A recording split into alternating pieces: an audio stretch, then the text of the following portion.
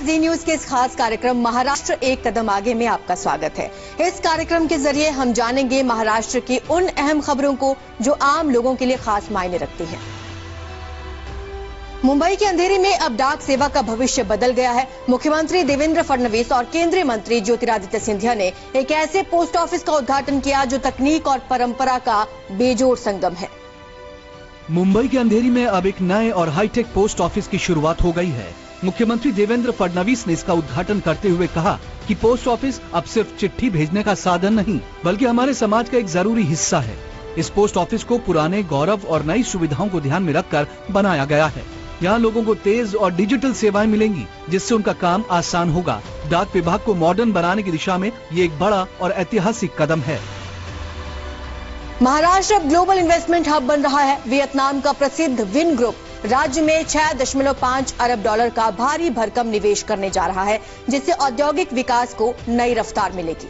Vietnam के राष्ट्रपति तो लाम के मुंबई दौरे के दौरान महाराष्ट्र को एक बड़ी सौगात मिली। इंडिया वियतनाम बिजनेस फोरम में ये ऐलान किया गया कि वियतनाम की मशहूर कंपनी विन ग्रुप महाराष्ट्र में करीब 54,000 करोड़ रुपए का निवेश करेगी। मुख्यमंत्री देवेंद्र फडणवीस ने बताया कि ये पैसा इलेक्ट्रिक गाड़ियां, सेमीकंडक्टर और एआई जैसी तकनीक वाले उद्योगों में लगाया जाएगा। इस निवेश से न केवल भारत और वियतनाम के व्यापारिक रिश्ते मजबूत होंगे, बल्कि महाराष्ट्र भी देश की तरक्की की रफ्तार बढ़ाने वाला सबसे मुख्य राज्य बन जाएगा।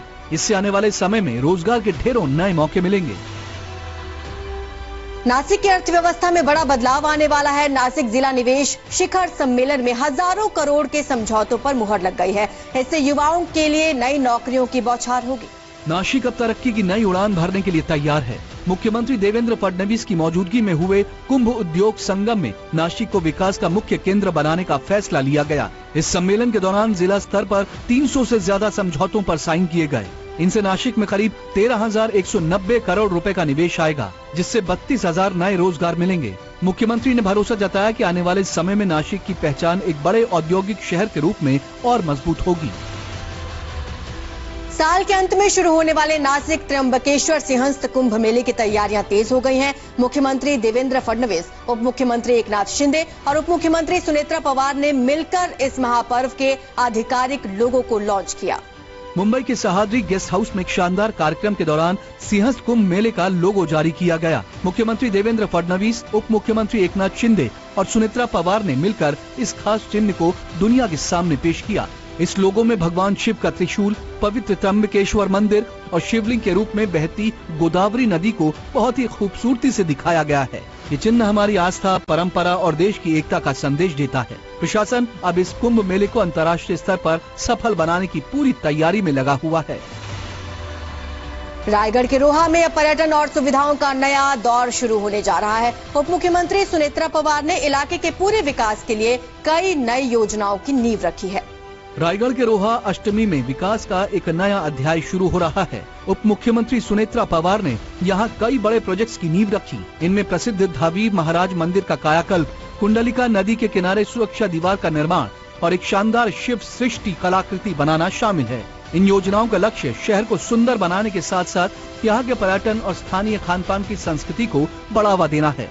इससे न केवल शहर की सूरत बदलेगी, बल्कि स्थानीय लोगों की कमाई के साधन भी बढ़ेंगे। उप मुख्यमंत्री ने भरोसा जताया कि ये सभी काम आने वाले समय में रोहा की तरक्की के लिए सबसे अहम साबित होंगे।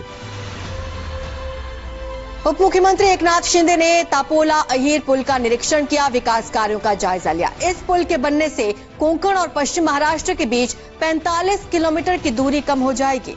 सतारा के महाबलेश्वर में बन रहे तापोला अहीर पुल का काम अब आखिरी चरण में है।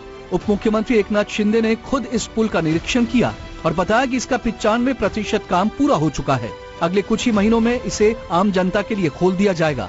ये पुल सिर्फ कंक्रीट का ढांचा नहीं, बल्कि कोंकण और पश्चिम महाराष्ट्र को जोड़ने वाली एक अहम कड़ी है। इसके शुरू होने से लोगों को अब 45 किलोमीटर का लंबा चक्कर नहीं काटना पड़ेगा। सबसे बड़ी राहत ये होगी कि भारी बारिश के दौरान भी ये इलाका महाराष्ट्र के बाकी हिस्सों से पूरी तरह जुड़ा रहेगा। यातायात को आसान बनाने की दिशा में सरकार की एक बड़ी कामयाबी मानी जा रही है। महाराष्ट्र एक कदम आगे में इस हफ्ते बस इतना ही। अगले हफ्ते नए विकास की खबरों के साथ फिर मुलाकात होगी। नमस्कार।